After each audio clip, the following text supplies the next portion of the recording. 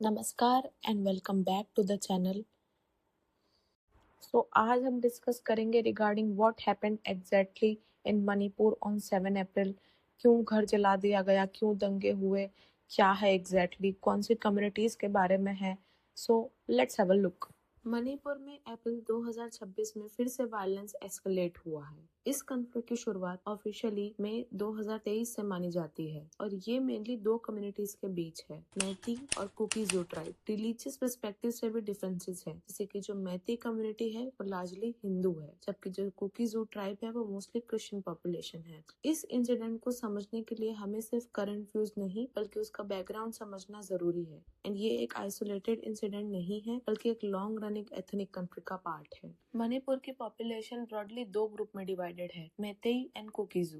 अब जो मैती कम्युनिटी है वो स्टेट की मेजोरिटी पॉपुलेशन है, जो मेनली इम्फाल वैली में रिजाइड करती है, जो कि पॉलिटिकली और इकोनॉमिकली रिलेटिवली स्ट्रॉन्गर है। जो कुकीजू है वो हिल डिस्ट्रिक्ट में रहते हैं मोस्टली, जैसे कि चांडेल, टेंगनोपा, चुराचंदपुर एंड कांगपोई। अब वो कॉन्स्टिट्यूशनली एसटी कैटेगरी में आते हैं, विच इज शेड्यूल्ड ट्राइब, और इनका लैंड और आइडेंटिटी लीगली प्रोटेक्टेड है। जियोग्राफिकली भी मणिपुर डिवाइडेड है वैली और हिल्स में, और ये डिवीजन ही कॉन्फ्लिक्ट का बेस बन गया है। इस कॉन्फ्लिक्ट का प्राइमरी ट्रिगर था शेड्यूल्ड ट्राइब स्टेटस का डिमांड। अब मैतेई कम्युनिटी ने डिमांड किया कि उन्हें भी एसटी स्टेटस दिया जाए। अगर उन्हें एसटी स्टेटस मिलता है तो वो लीगली हिल एरियाज में लैंड परचेस कर सकते हैं। यहाँ से कुकी कम्युनिटीज की कंसर्न शुरू होती है, बिकॉज उनका मानना है कि उनका लैंड उनका प्राइमरी रिसोर्स है, और अगर मेजोरिटी मिडिल पॉपुलेशन को एक्सेस मिल गया तो उनका कंट्रोल और कल्चर आइडेंटिटी दोनों थ्रेटन हो सकते हैं। इसी इशू ने मई 2023 में लार्ज स्केल प्रोटेस्ट को अंजाम दिया था, जो क्विकली वायलेंट क्लैशेस में कन्वर्ट हो गया था।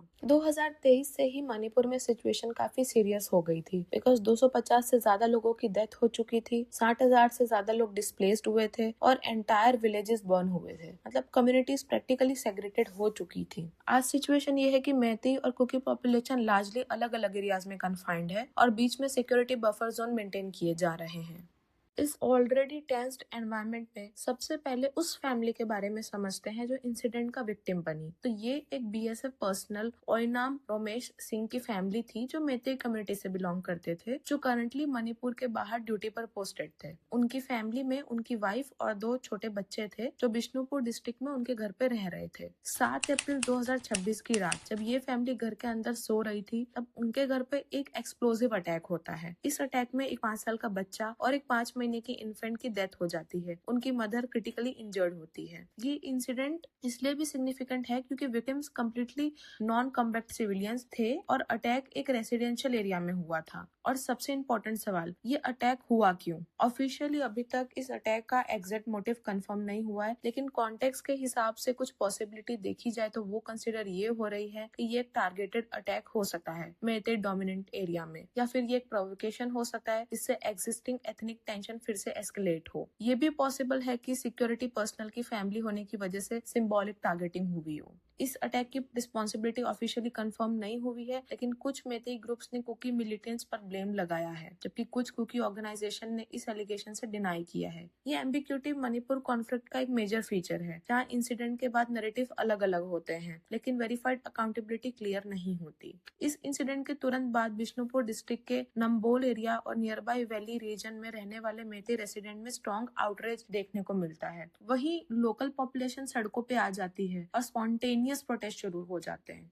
रिपोर्ट्स के अकॉर्डिंग प्रोटेस्ट ने नम्बोल और सराउंडिंग एरियाज में रोड ब्लॉक किए, कुछ व्हीकल्स को आग लगाई और सिक्योरिटी फोर्सेस के खिलाफ नाराजगी व्यक्त की है। सिचुएशन फर्दर एस्केलेट तब होती है जब प्रोटेस्टिंग मॉब का एक हिस्सा नियर बाय सीआरपीएफ कैंप तक पहुंच जाता है, जो बिष्णुपुर डिस्ट्रिक्ट रीजन में ही था। वहां मॉब द्वारा स्टोन पेल्टिंग और प्रॉपर्टी डैमेज होता है। इसके बाद सिक्योरिटी फोर्स और प्रोटेस्टर के बीच डायरेक्ट कन्फ्रंटेशन डेवलप हो जाता है।